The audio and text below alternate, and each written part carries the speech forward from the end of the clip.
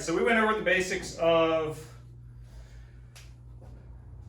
appraisals in chapter 6, but this is going to be chapter 7, going a little more in depth. We're going to talk about reconciliations, sales comparison approaches, get more in depth about each approach, right? Cost income approaches, and do some calculations so that we can figure out how to properly do a market analysis or BPO. Right, so that's this chapter. So first of all, we have a sales comparison approach. We're going to talk about this as being the most reliable source. So if you see any questions on that, this is the most reliable source for your value. Why? Because we're using recent solds, right? This is for single family homes and also for vacant lots. So we're looking at residential properties for the sales comparative approach, right? And then looking back, do you remember what the definition of residential property is? Anything less than 4 units, right? Or right. So 1 to 4 units, so single family residential, duplexes, quadruplexes, triplexes. Sorry, I did that out of order. Right. Vacant land zoned 1 to 4 units, and vacant land less than 10 acres, right? Because anything over 10 acres is considered agricultural. Anything over 4 units is considered commercial, right? Multifamily. People, what's multifamily residential? Well, technically it is residential, but it's considered commercial as far as the definition of real estate is concerned, right? Anything over 4 units. So how do we do the sales comparison approach? The sales comparison approach is using this principle of substitution, right? So we're taking like properties, similar properties, and comparing it to a subject because we say in theory that somebody's going to buy property isn't going to pay more than what everything else around it's selling for, right? Assuming they're similar properties, right? If one has a pool and one doesn't, then you're going to get more value for the one that has a pool. And we're going to talk about adjustments to the comparisons or the substitution of property. But the assumption is that the market price is going to be valid, and this is evidence of that market value based on everything else that's sold, right? We're also going to use expireds to show what? We're going to show that they're too high priced, right? Because if they're expired, typically the number one reason something expires is because the price is too high. Price, condition, location, right? Those are the main reasons things don't sell. So what kind of challenges do we have? Well, we have similar properties, but they're not the same. So each property is unique. So we say that real estate is heterogeneous in nature, and comparative properties are not identical. So no matter what, it's not identical. Even if you have the exact same floor plan, the exact same interiors, the lot's different. Maybe one faces slightly more east than the other, right? So the amount of sun that comes in that house might be more, and the value of the utilities might be higher, right? You're paying more for utilities. So real estate is traded infrequently. So what that means is that it's not real liquid. It's an illiquid investment.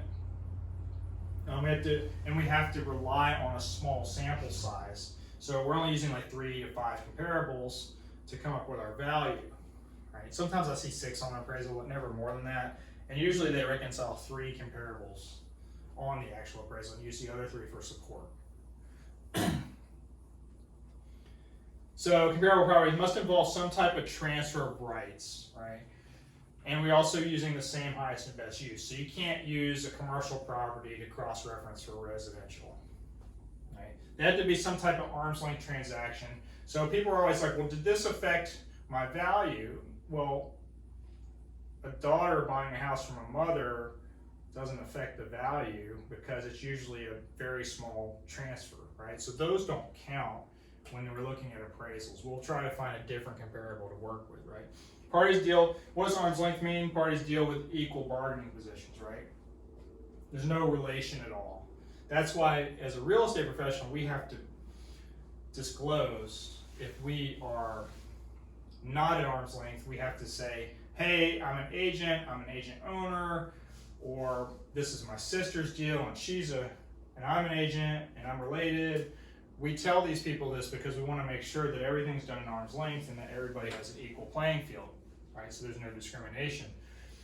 we act on their own best interests, everybody's acting in their own best interests, and we're not subject to anybody else's control. So nobody's pushing your paper, pushing your pen to write, right?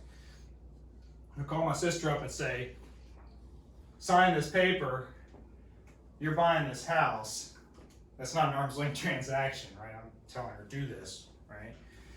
Now, it might be in her best interest, but it's not something that happens on a normal basis. So we have a couple different elements of comparison, which there's two main ones, right? There's property characteristics, right? Are they the same size? Are they kind of the same location? Or are they have the same upgrades? Are they transactional characteristics? Were they all VA deals, for example? Were they all conventional financing, no short sales or foreclosures, for example? An appraiser's going to adjust based on these conditions, right? If they see that a house sold for substantially lower or substantially higher than everything else, they're probably going to throw that one out as an outlier. They don't want to use that because it's a one-off situation. If it was a cash deal, maybe somebody was in a bidding war and just wanted to pay $50,000 more than the asking price, for example, just because they wanted it that bad. Maybe they wanted to live next to their family member or something like that, right? Transactional characteristics, so here's the conditions of sale, what type of financing do we have, so if it's FHA or VA or USDA maybe. Sales concessions, are we giving any closing costs? Is the buyer giving any concessions to the seller? Because we see that as well, right? In a crazy market, in a crazy seller's market, we see that.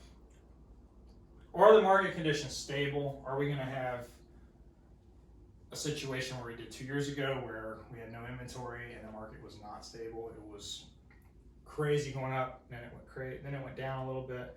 Is there personal property involved? Got some stories about that, digging up orange trees and selling cats with a house. You know, there's all kinds of things going on. A cat's not personal property, but it's your pet. And location, right? That's what everybody says about real estate. Is it beach property? Is it across the street from beach property? Is it on the river? Is it in urban core? You know, those things are going to make a difference. It could be the same house in 10 different places. I like to use the example of before Nagati was actually open, I looked at a house on the east side of US 1 and it was $252,000. For the same house on the west side of town, it was $138,000. So location makes a big difference, right? So conditions of sale, here we are. Was it an arm's length transaction? We just talked about an arm's length transaction. You're aware of what an arm's length transaction is at this point. Being in the business, this was a sales agent class, so we would need to talk about what an arm's length transaction was, but basically I say separated as far as you can get, right? Financing terms. So I don't see a lot of the first one, assumption of mortgage. A lot of government loans are assumable. We don't do a lot of them anymore because the interest rates were so low, so they had to do on sale clause. So what that meant was if you sell your house, the mortgage is due in full, so we can't assume it, right? Was there seller financing? Is there a contract for deed or maybe an option contract? And then is there wraparound loans? Wraparound loans are not real common, so we're probably not going to cover a lot because you're not going to see anything on that. So, adjusting for financing, we need to look at present value versus future value. This is kind of where we talk about cash is king, right? So cash in hand is better than a loan, even though at the end of the day you're going to get the same money as a seller. There's some value in knowing that this thing's going to close without that contingency, right? So far, we're good.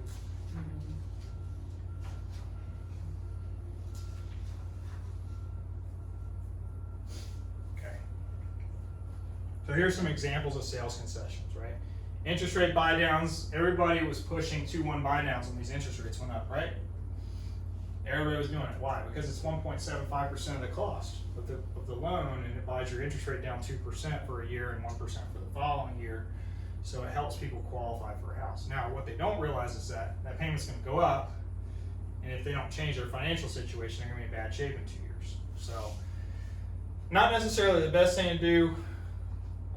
versus buying points on the buyer's side would be a more of a fixed rate that would help the buyer in the long term versus short term.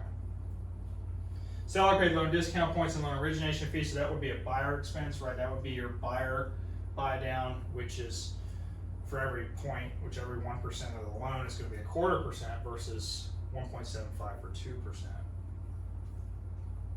Seller paid closing costs that are customarily paid by the buyer, so any of the loan related costs, seller will give a concession for. A lot of times the buyer will push the price up to try to get concessions for the seller, which you're aware of. Refunds or credit of the borrower's expenses, it's real similar there, right? We're giving a credit for some type of expenses, even if it's an inspection or an appraisal. Non-realty items in the transaction, so maybe I'm throwing in the living room set with the transaction, or maybe I'm throwing in the hot tub and I'm putting it in here and deeming it as having no value, right? Because if you say it has value, then we run into an issue with the appraisal.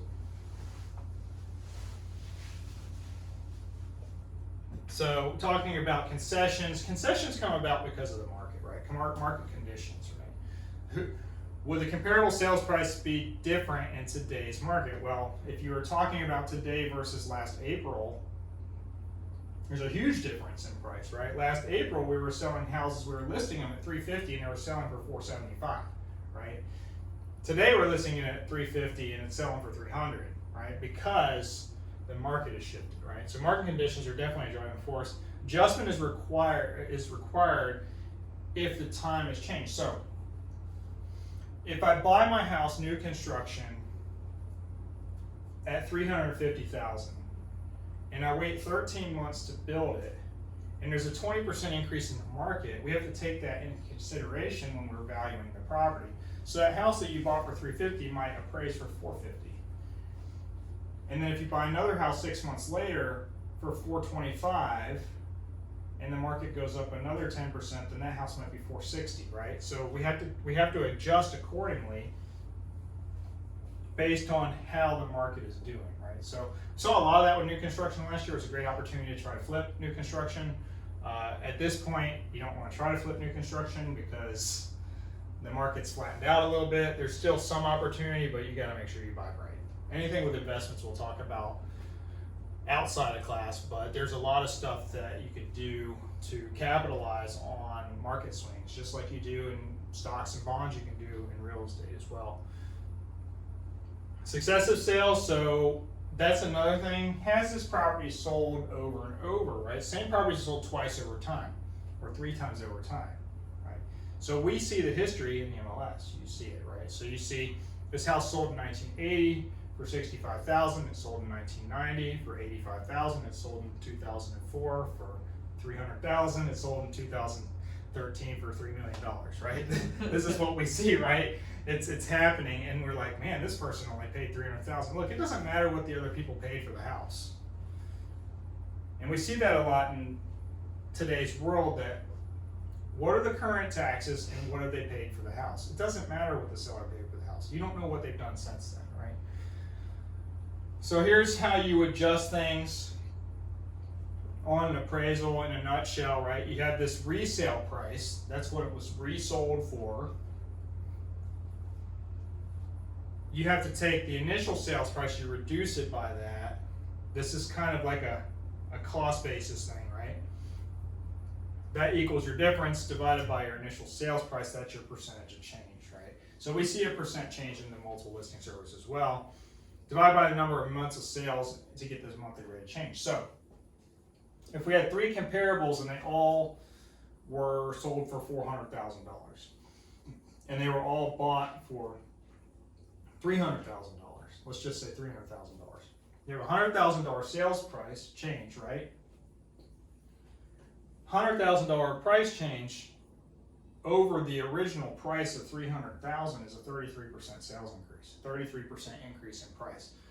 If we know that it's 33% increase in price and it's over 2 years, then we're going to adjust that subject property by 16% a year, depending on when it's sold. Does that make sense? Mm-hmm.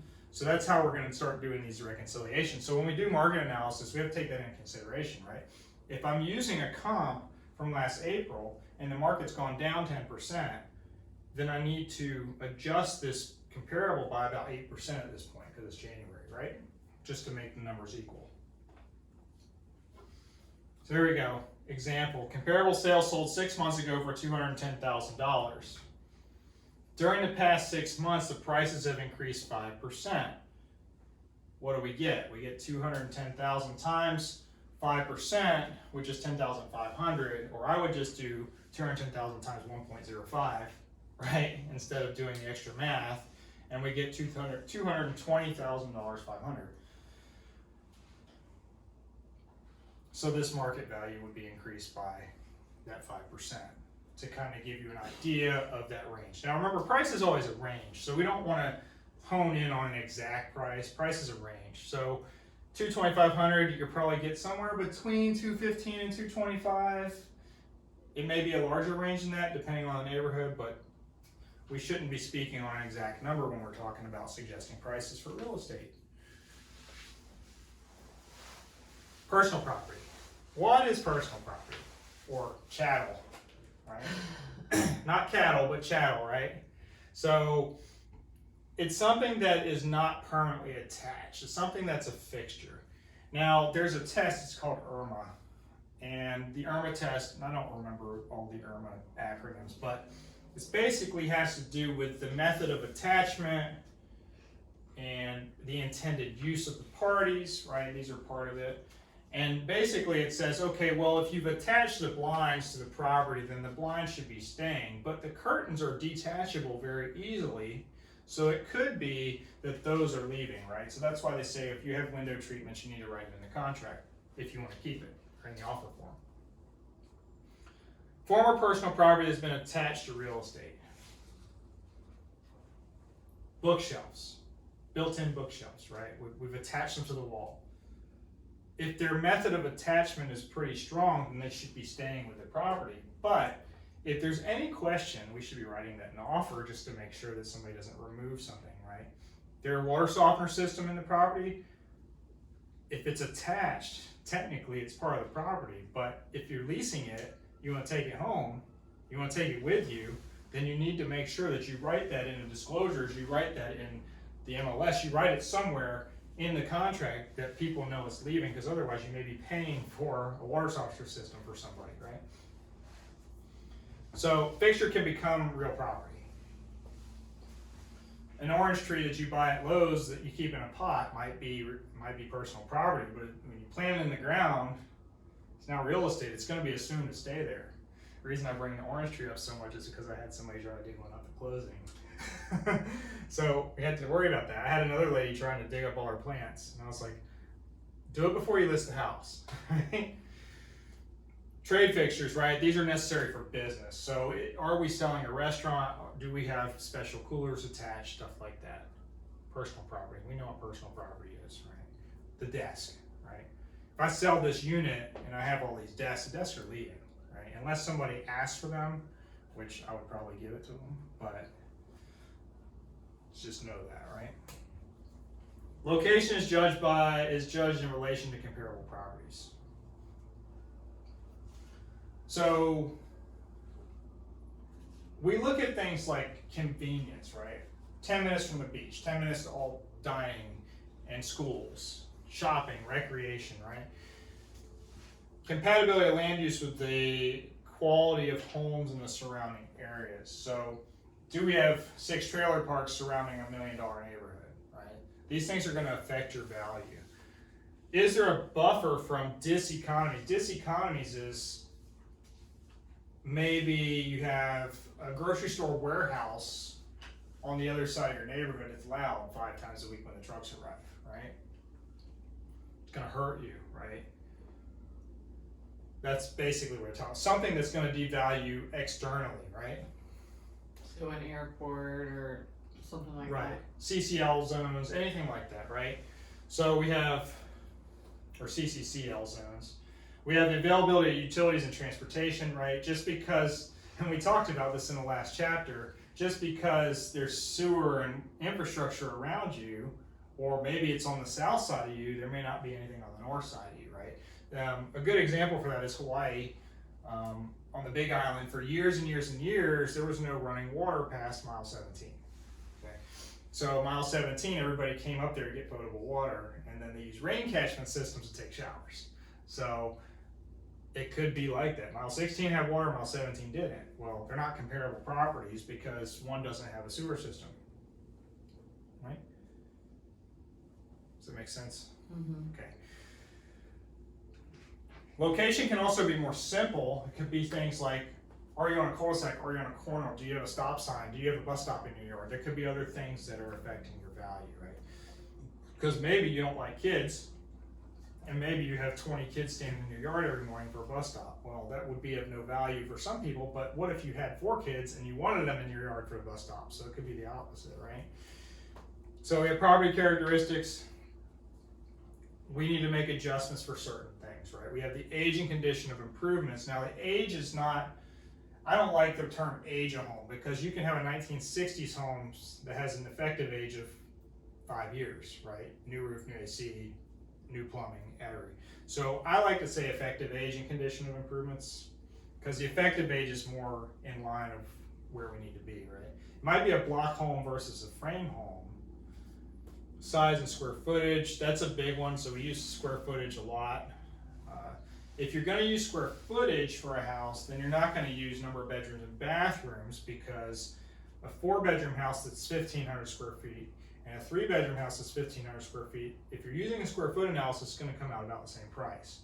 The 4-bedroom might be more desirable because somebody might use it for other things, but as far as value is concerned, it's not going to change much. It might change a little bit, but not much, right? Because you did put an extra wall up and everything else. Type and quality of construction. So does it have asbestos siding? Is it a block home? Is it stucco? Is it brick front? Is it hardy board siding? Is it T111 eaten up by termites? I mean, it could be any of these things, right? So type and quality of construction. Architectural design makes a difference. If there's a hip roof versus a gable, if it's Tudor home, something different that might give you more value. If you have a mansard roof, for example, you're going to have more tile or more shingles. All these things make a difference, right? Architectural design. Could be the dune house, could be inside the dune, right? That house is worth a lot. What kind of amenities does it have? Not only property amenities, not only the property amenities like your swimming pool, your hot tub built in, or your hibachi table or summer kitchen, or your stone fire pizza oven, fire pit, hammocks, whatever. Not only your personal amenities, but what else is around the neighborhood? Is there a dog park? Is there walking trails, gazebos, barbecue areas, community swimming pools, etc.? And then obviously the physical site characteristics, right? Is there an easement? Is there an easement? Is there an encroachment of, hopefully not, of your neighbor's shed? Or are you on a cul-de-sac? Do you have a large backyard and a small front yard? Large backyard might be desirable for somebody with kids. They want to have somebody play around, or with animals, right? Small backyard, whatever the case is. What is your physical site characteristics? Do you live on a pond? Do you like to fish? Are you scared of snakes and you're on a preserve? All these things make a difference. Then we have this thing called paired analysis, right? So we select a pair of sales in the market, one item for adjustment and one without the item, right? So let's say we pick up 4 houses and 2 of them have 4 bedrooms and 1 has 3 bedrooms, and we realize the ones with 4 bedrooms are selling for $2,500 more. Then we know that that value for that single characteristic is about $2,500. Does that make sense? If a single characteristic is the only difference between 2 sales, the difference in 2 prices can be isolated to that characteristic. But what if you had a 3-car garage and an extra bedroom and a fireplace and a pond, and the other one didn't? Then you have all these different characteristics and you don't know what the values are for each one of these. Now we can go with historical values. Okay, find out what the other houses have and try to isolate them one by one. Then you can figure out, hey, a screen room's worth $10,000. Hey, that lake view's worth $5,000. That bedroom's worth $1,500. Right? Those kind of things we can figure out. Or maybe it's a half bath versus a full bath. We're not in a perfect world, so that doesn't work all the time. But we always adjust what? We always adjust the comparable. We never adjust the subject. Right?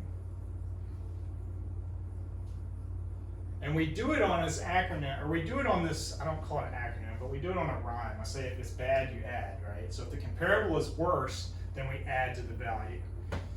If it's nice, you slice it, right? So if the comparable is nice, then you take it down, right?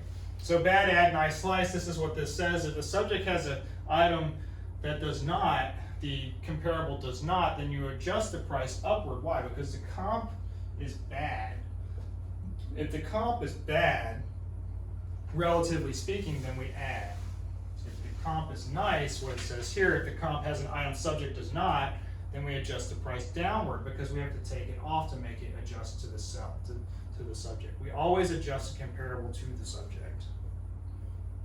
Right? That question gets asked a lot. So here's a question. And this should actually be blank, but it's already got the answer on there. Comparable lot sold for $30,000. Comparable is in a better location. It's better, right? Nice, right? But is smaller, which is worse, than the subject. The appraiser estimates the difference in the location to be $5,000 and the difference in size to be $4,000. Well, if the location is nice, then we slice. If the size is smaller, because we're adjusting the comp to the subject, it's going to be bad. We're going to add. So we take that $30,000 minus $5,000 plus $4,000, and we get $29,000. Right? That's how it works to get the comparables. Now, only if it was this easy. Right? For testing purposes, it's this easy. In real life, it's not this easy. But we're not going to get into the difficulty of that. That's for a whole nother day. It's a 3-hour class just for valuations. So here's a sequence of adjustments, right? You have your normal sales price, and then you adjust the actual transaction first. You adjust it based on financing. You adjust it based on concessions. If you're paying closing costs, etc., you're going to adjust it this way, right? If the seller's paying closing costs, then we're adjusting that price down, right? If the buyer's paying seller's closing costs, then we're going to adjust it up, right? Because the net value of that price is different. Market conditions are going to be adjusted second, right? So market conditions meaning is the market increasing or decreasing? The best way to avoid having to do a market level adjustment is by doing comparables as close to the sale date as possible. So if you're listing a house in March and you're doing stuff between November and March for your comparables, then you really don't have much to adjust. 3 months, right? A lot can happen in 3 months, but not as much as over 2 years, for example, right? You always want to get the valuations for as close as you can get, the dates for as close as you can get to your actual sale. Once we do that for market conditions, so we're adjusting financing, we're adjusting market conditions, and then we're going to go and do the normal sales price and the physical characteristics. So we're going to start adjusting here for number of bedrooms, for pools, for fire pits, whatever you're going to do. This is what we're going to do third. It's all theoretical. This is not what happens in real life, but this is all theoretical. Once we get the 3 properties A, B, and C down to a comparable price adjusted to the subject, we are then going to say, okay, this property is the most like the subject. This property is second most like. This property is third. This is the furthest away from it, right? Because we're using 3 comparables. We're going to assign a percentage to each one of the values that we get, and we're going to reconcile that based on what we get. So, for example, let's say comparable A adjusted to 350K, comparable B adjusted to 340K, comparable C adjusted to 375K, just for example, right? And this property is the closest, like by far, like there's only one characteristic off. This might be 55% of your weight.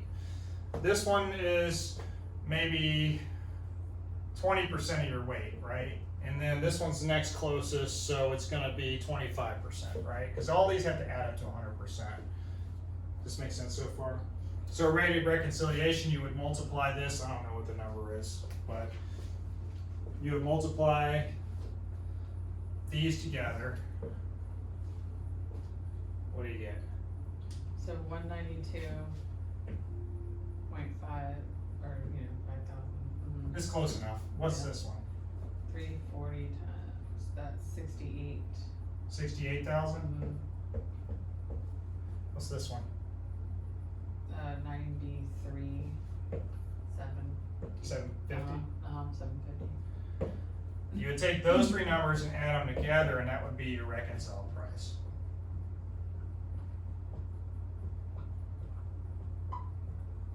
So 354.25, 354. comma 250. So even though it was closest, the influence value is still closer. See what I'm saying? So reconciliation gets you closer to the actual value. Now appraiser's usually not going to do the 250. They're usually just going to do and make it easy. Sometimes they do, but most of the time they don't. It's going to be close. But that's basically how a reconciliation works. And we'll do some questions on that as well. But that's how the sales comparison is in a nutshell. That's how a sales comparison approach works. We have the cost approach, which is next, right? Remember what cost is? Cost is what? Like an insured value, cost to rebuild, what you pay to build something. Talk about cost and that cost price value thing, right? The theory on the cost approach is that the knowledgeable purchaser won't pay more than the cost of acquiring a similar site, similar structure, right? I like to use building homes on tracks as the example for this. If I walk into Richmond American Homes and I say, I want to buy lot 72 and I want to put 1,800 square feet on it, and it's on a marsh, okay? Lot premium is $15,000, right? I want to buy the same house and put it on lot 85. Lot 85 is backing up to another house, right? And the lot premium is $1,500, right? We have to adjust accordingly, right? So the cost for that property is different, right? The actual house might cost $200,000 to build, but this house would be $215,000. This house would be $201,500, right? Because of the difference in the land. That's kind of how the cost approach works. You're going to have the same house constructing the same structure on a different piece of property, or something similar. If your house were to burn down, for example, what would it cost to rebuild? That's what they're talking about when they talk about cost approach. When is this applicable? And it's so funny that it says this right here, but new construction, right? New construction is the number one reason we would do cost approach. Something unique, so if it's like an outlier property, like there's a mansion on the corner of Hood Road and Shad and Hood, right? It's like $10 million, and then there's like trailers all around it. It's not trailers, but there's like $300,000 houses all around it, right? That would be one where we probably need to do some type of cost approach to do it, because we're not going to find a comparable property anywhere in a 10-mile radius probably of that house, right? Little market activity, so if we're out looking at property in Callahan on 8 acres, we might have to do some type of cost approach analysis, right? These are the kind of things that we need to look at. So what are our steps? So we have to estimate the cost of improvements. What does it cost to rebuild this? This is where you have to put on your rehab hat, right? So you have to take into consideration not only the cost of materials, but the cost of labor and the cost of time, right? Estimate that depreciation, subtract it from the cost. So as things age, it takes longer, right? So let's say the plumbing was done 8 years ago, right? Or the AC was done 10 years ago and the useful life was 20 years. We would know we'd have to depreciate that by 50%, right? Because we already have it in the house. It's not actually looking for new stuff, right? We have to estimate the site value without that. So we're going to do a land analysis and find out what the site's worth. Then we're going to add the site value to the site improvements. How much is it to rebuild? That's how we do the cost approach. Good so far? Mm-hmm. So what is the difference between reproduction and replacement cost, right? Reproduction means this. Reproduction means I'm building the exact same thing I had there before. to a T. Everything has to be exactly the same. That's reproduction cost. Replacement cost is I'm going to give you something similar with similar functionality, but using whatever I have for materials. So for example, what if I had asbestos siding before and now I'm using vinyl siding, right? Because obviously we can't use asbestos anymore, right? So updated materials. Is there an adjustment for the difference in pricing for those things, right? Well, if it's hardy board versus vinyl, yeah, there might be, right?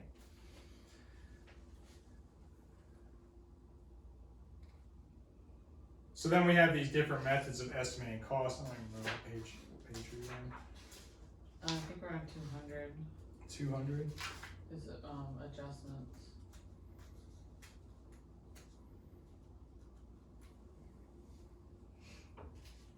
So we're gonna skip over the quantity survey method and the unit in place and go over to comparative methods. So comparative unit, you have your main structure, right? So comparative unit is how we're doing each piece of the pie, right? So your main structure might be a certain cost, right? Your garage is gonna be a different cost because you don't have all the finishes of the house, right? And then you have a lanai, right, in this case.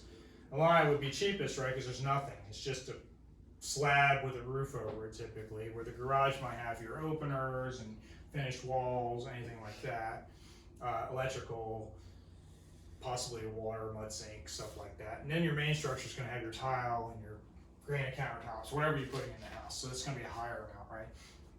So you're going to estimate each one based on what the value for that type of property is. It's like when we talk about somebody added onto a property or they enclosed a carport. We don't give them the same value of the house just because they put an air duct in it, right?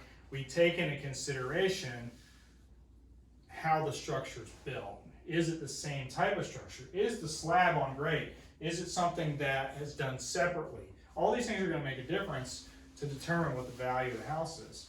Just because you spent $30,000 on a sunroom doesn't mean you're going to get $30,000 back for it.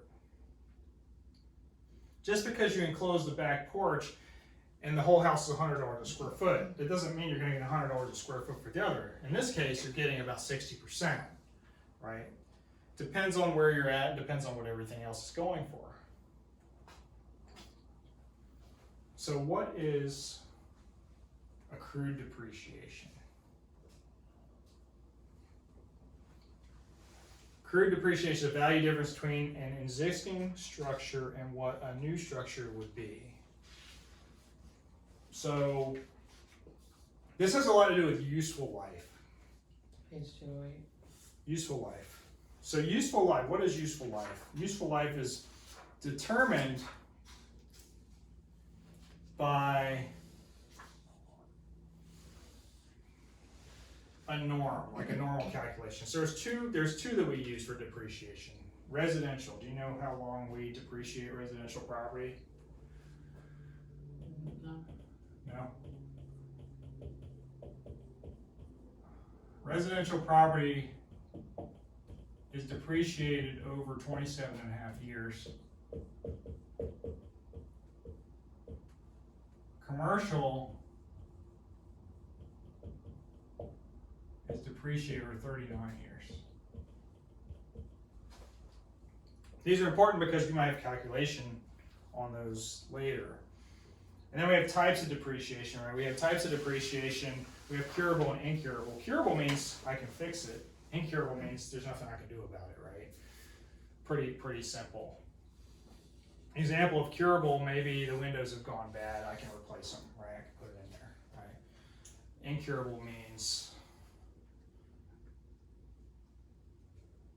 the house is falling down. Can't really do Or it. like a Or huge, like a sinkhole came yeah, I was out, gonna say like or something a else. huge Right? like incline or decline. Something that, happened, yeah. right? There's nothing that you could do about it, right? And then we have these two terms that also depreciate or sometimes help you with your value, right? You have obsolescence. Obsolescence is a factor that is hurting some aspect of the property. So functional obsolescence, you've been in a lot of houses in Mandarin. In Mandarin, there's a lot of houses that have bedrooms inside of bedrooms. Have you seen that? Mm-hmm. So a bedroom inside of a bedroom is an example of functional obsolescence, right? Another one would be that bathroom that they squeezed in a corner that I have to suck my stomach in and go like this and get into, right? Or I have to shut the door just so I can sit down, right? That's functional obsolescence. There's something wrong functionally with the house. External obsolescence. You know what external obsolescence is? External obsolescence is maybe there's a water tower in your backyard. Maybe you're over by Walmart in Mandarin and you smell the water treatment plant half the time. Maybe it's a cell phone tower in your backyard. Maybe it's those large power lines in your backyard. These are external obsolescence. Something that is not on the property, but it's affecting your value, right? Because I will sell a property, external obsolescence, Trailmark has a tract of land where there's power line easement running through there. The yards are bigger. They did that on purpose because they want to sell them. There's these huge power lines. So I try to sell them and they're like, oh, we're going to get cancer. Well, some people believe that. I'm not a medical expert, so I'm not going to be able to speak to if it's true or false. But that would be an example of external obsolescence and how it might hurt your property, right? How it might hurt your sale. Right, so there's different ways to estimate depreciation, right? There's the breakdown method. There's a market extraction method, which I think is on 209. Bottom of 209. So breakdown is breaking it down into different areas. What depreciates and how much it's going to depreciate by, right? Market extraction is based on the information we're collecting from the sales comparatives. You know, what's happening with the other houses, and we're gonna put it against this current property. Age life is the most commonly used, right? And age life uses this calculation up on the board, right? The ratio of effective age to economic age. So if we know that we're good 27.5 years and we depreciated 5 years, and how much are we reducing the price? Well, whatever 5 divided by 27.5 is what we would use to calculate the accrued depreciation. Does that make sense? I know earlier we talked about it, effective age, right?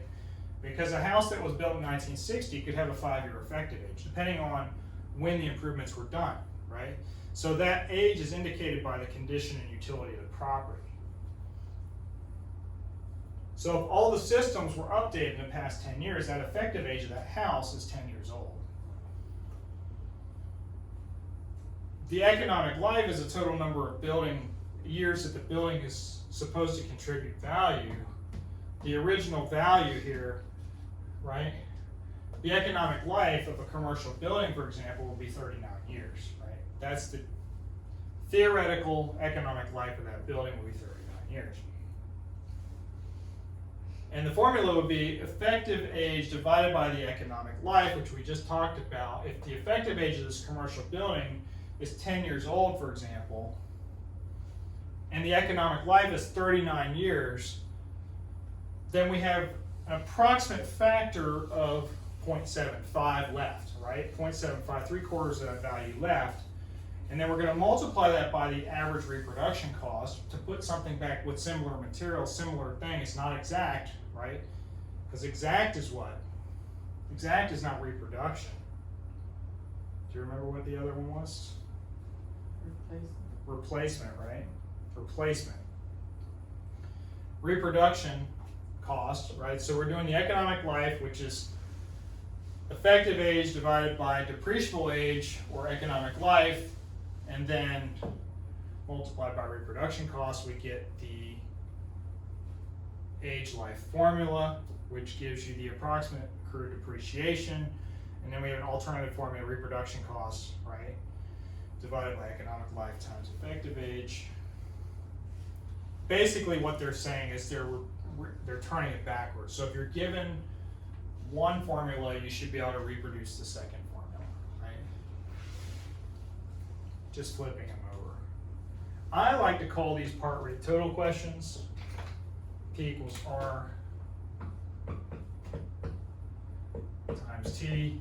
This is a very important calculation we get in real estate, where P is a part array is a rate, which will be the economic life in this situation. Reproduction price would be the total, right? This would be your effective age. So what you would do is, if you want to change things around, you say, okay, well, T equals, and then you would divide this by R, right? So T equals P divided by R, right? Similar thing. You just change the formula around, right? R would be equal, take this, P divided by T.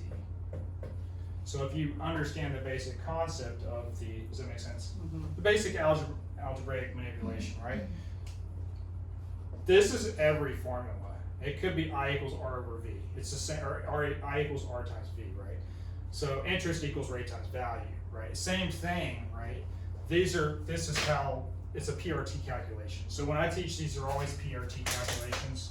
Just makes it easier to know that you don't have 28 different formulas. You actually have one formula looked at 28 different ways. So here's your lump sum age life example. So we have a house with an estimated reproduction cost of 2077, has an effective age of 4 years. The economic life is 60. It's given to you. If it's not given to you, we're going to use these numbers up here, because we only know what the theoretical numbers are, right? So if you know that your house is 207, then you would do 2077, right? I'm going to do it backwards from the slide. 2077 times your 4 divided by 60, right? Because you have to get your economic life, right? And you come up with 13,847 in accrued depreciation.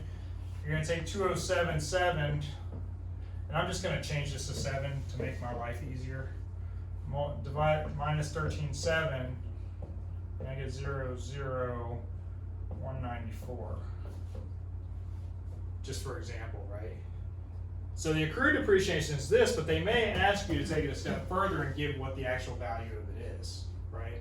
In fact, in the broker exam, you're going to see this happen more often than not. They're going to ask you a question that you have to do 2 steps to get the answer. Make sense? Mm-hmm. This is not on this slide, but that's how it works. Now, when we depreciate land, when we depreciate property, we don't depreciate land. Land is constantly becoming more and more scarce. Land doesn't depreciate, right? If the building burns down, the land's still worth $30,000, right? Mm-hmm. If the building is there, the land's still worth $30,000. Now, is there a difference in land price? Of course, right? If land is cleared and graded, utilities are put in there, it might be worth one thing, right? Because you've already impact fees and everything are paid, right? But what if you need to grade it? What if you need to cut the trees down? What if you need to add utilities? All these things are going to affect your price of your land. But once the land is set up, it's going to stay set up. That value is not going to depreciate. So what we would do here, reproduction cost of the structure minus any accrued depreciation will give you the depreciated value of the structure. Once we have the depreciated value of the structure, then we're going to add the land price back to it to get a total indicated value of that subject property. So a commercial building on a $100,000 piece of land, and we depreciate it by 25%, we're not depreciating the land by 25%, we're going to add that $100,000 piece of land back in. Makes sense? Mm-hmm. Okay. That's it for that approach. So then we got the third approach, right? Income approach. Now the theory on this is a knowledgeable purchaser wouldn't pay more than the average future income generation from this property, right? So we're going to convert the income of property into a present value using some type of factorial based on what other things have rented for that are similar in the area. We have this thing called a gross rent multiplier, right? A gross rent multiplier is this ratio between the property's gross monthly income and the sales price. And this is how we're going to figure out the income approach, right? Gross rent multipliers. So it's appropriate when properties are purchased and sold on the basis of their gross income. So if you're selling rental property based on the income of the property over a year, that's how we're looking at this, right? Reliable valuation for rental houses and small multifamily properties that earn monthly income. So if you have a quadruplex you're renting out, for example, this would be a great way to do the value. If they're sold and rented constantly, right? We have to figure in vacancy rates and all other things. So when we're doing income analysis or investor analysis, we have to do a lot more calculations than just a gross rent multiplier simple calculation. So how do we do that, right? How do we do that? We get a market area GRM, right? South side of town, the GRM factorial might be X, right? North side might be Y, right? So we have to figure out the difference. Develop that market level formula. How are we doing that? We're pulling the data for all the other homes in the area, figuring out what the average GRM is, and we can adjust that according to number of bedrooms, location, etc., right? And then we can kind of come up with an idea of what the value is based on this GRM. And you have to remember, nothing's perfect, so we're going to have a range, again, with prices, right? So we're going to estimate that property's rent as well. So we're going to do the formula calculation for the annualized rent to get the gross rent multiplier for the prices of the other sales, but then we're going to actually estimate the subject property's rent based on the current market and what's on the market now and what people are paying, right, for actual rentals. Because we might be saying, okay, well, this property's not on the market, but it's been rented for 3 years at $1,500 a month. These properties are on the market, or they just closed at $1,800 a month. Then we got to figure out, okay, well, if they just closed at $1,800 a month, we need to adjust this one accordingly, right? Multiply the market rent by the GRM formula. So market rent times market area GRM would give your estimated market value. That's how gross rent multipliers work. What they'll do a lot of times is give you a monthly rent and then ask you for an annualized multiplier, or trick you one way or the other. Give you an annualized rent and ask you to get a monthly income multiplier. Does that make sense? So we have gross rent multipliers and we have gross income multipliers. Gross income multipliers measures the ratio of the annual income versus the sales price. A lot of times they'll give you a monthly rent and they'll ask you what the annual income is, so you have to be careful that you read the question properly, right? Because it might say $1,500 a month in rent, which is actually $18,000 annually, so you have to make sure you convert that properly to divide it by the sales price. Yeah, before you... Otherwise you get the wrong multiplier, right? And then you get the wrong answer. And guess what's going to be in the solution set? Both of them. Both of them, because they want to make sure you understand the concept, not memorizing the question. So this is applicable for small income producing properties bought, sold, appraised on the basis of annual gross income, right? Sales price divided by gross annual income is your gross income multiplier.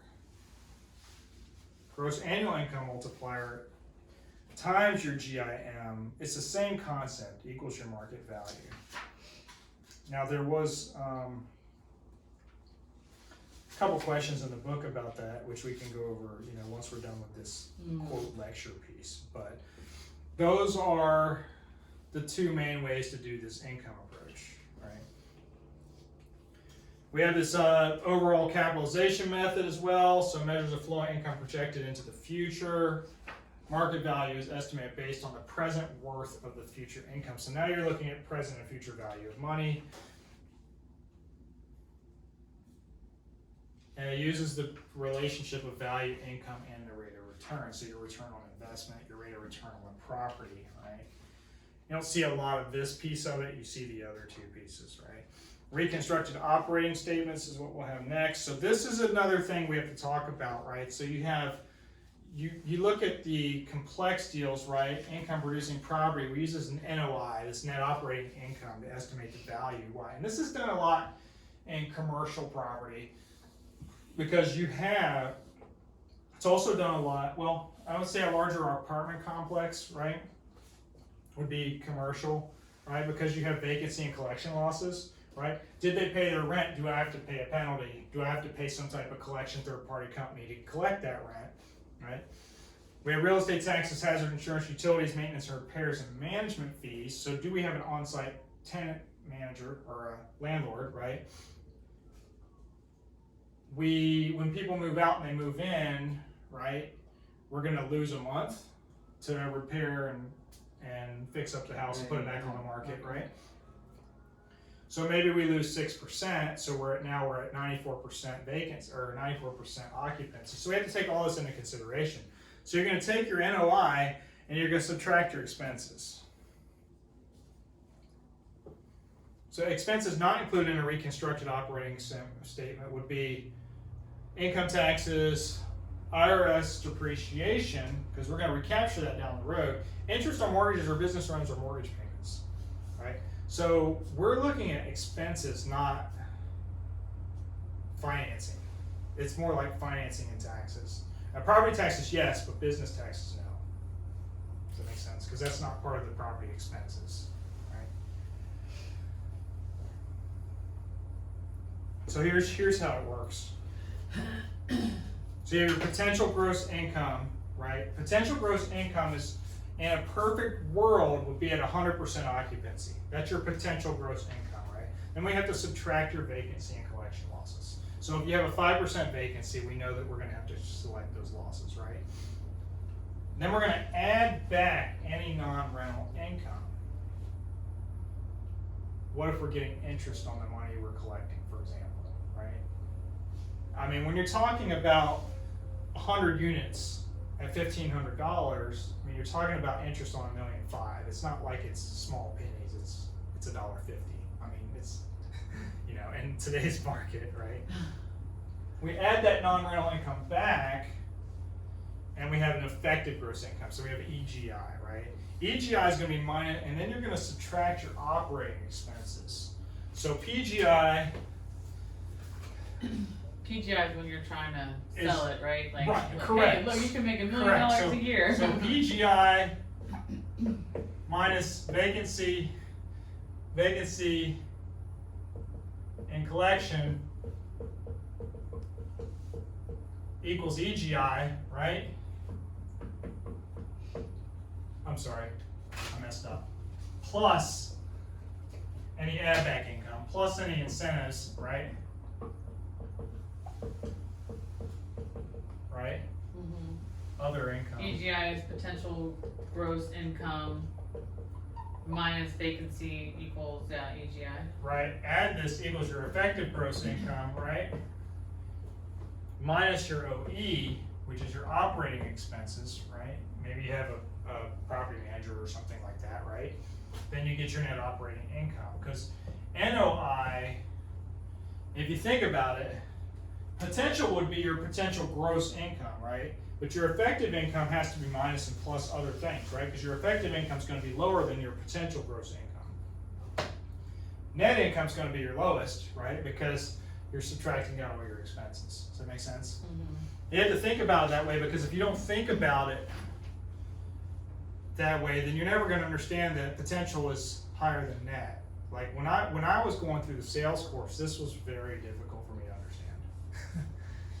The longer you're in the business and the more investment properties you deal with, then you kind of understand how this works, right? And sometimes this number is negligible, right? This number here is negligible. So then we have PGI equals vacancy, PGI minus vacancy and collections plus equals EGI minus OE equals NOI, right? Sometimes this number is negligible, right? It's not that much, depending on what if you had a 6-unit apartment complex, for example. It's not going to be that much, right? So operating expenses are going to be in 3 different categories. You're going to have fixed expenses, you're going to have variable expenses, and you're going to have this reserve for replacement. Now, reserve for replacements are not used the same as the other two. Reserve for replacement would be, maybe I need to replace a roof in 30 years, so I'm going to take, let's say the roof cost $300,000. And I'm going to take, because we have a big commercial building, right? I'm going to take $10,000 a year for the next 30 years and put it in a reserve account, so when it does come available or time to purchase a roof, I have the money to do it. That's what a reserve for replacement is. So we have to estimate this capitalization rate, right? So we're comparing the net operating income to the market value of the property. So we're gonna take all this out, vacancy collection, operating expenses, and add back any income, right? And get net operating income. Net operating income is then gonna be compared against the average sales price to get a ratio, and that's how we're gonna figure out the value of this new property. Net operating income divided by value equals the capitalization rate. That average capitalization rate is a market-derived number, right? It's a market-derived rate.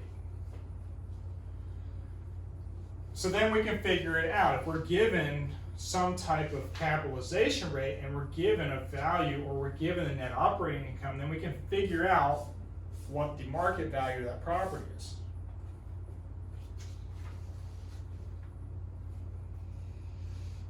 Makes sense? This is a little bit more difficult, right? Yeah. This is the section that a lot of people don't like. I think the key term here is to understand that potential gross income is the top number, effective is the middle number, net operating is the low number, but net operating is what we use to derive the capitalization rate.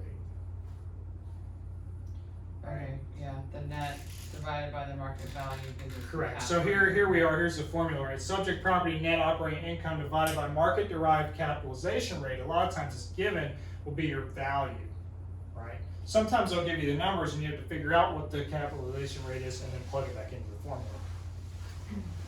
What is the value of a property with a net operating income of $60,000?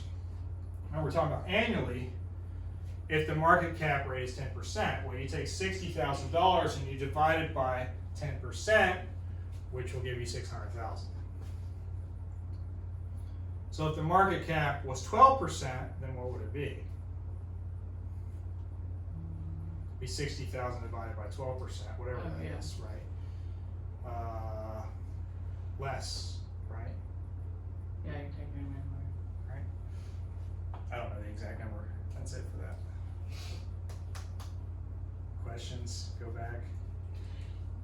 This is a little bit tougher, so I want to make sure I think that we should definitely work some problems. Yeah, right? work some problems. Because I feel like you're only going to get one or two math problems. So what I'm going to tell you is the majority, and this is after chapter 7, but the majority of what you're going to see math-wise is going to be surrounding the closing statement. Okay? It's all going to be regurgitating that whole proration section, and is it a credit to the buyer, is it a credit debit to the seller, or whatever the case is. So, and what page is that on? What page is the expense on? Is it on page 3 or page 2, or is it on both? Those are the questions. You're going to get about 10 questions on the broker exam about that. So this might be one question. So don't get too bogged down with it, but we'll still go over it, because guess what? The 74 doesn't pass, but 75 does. Right. So one question could make a difference.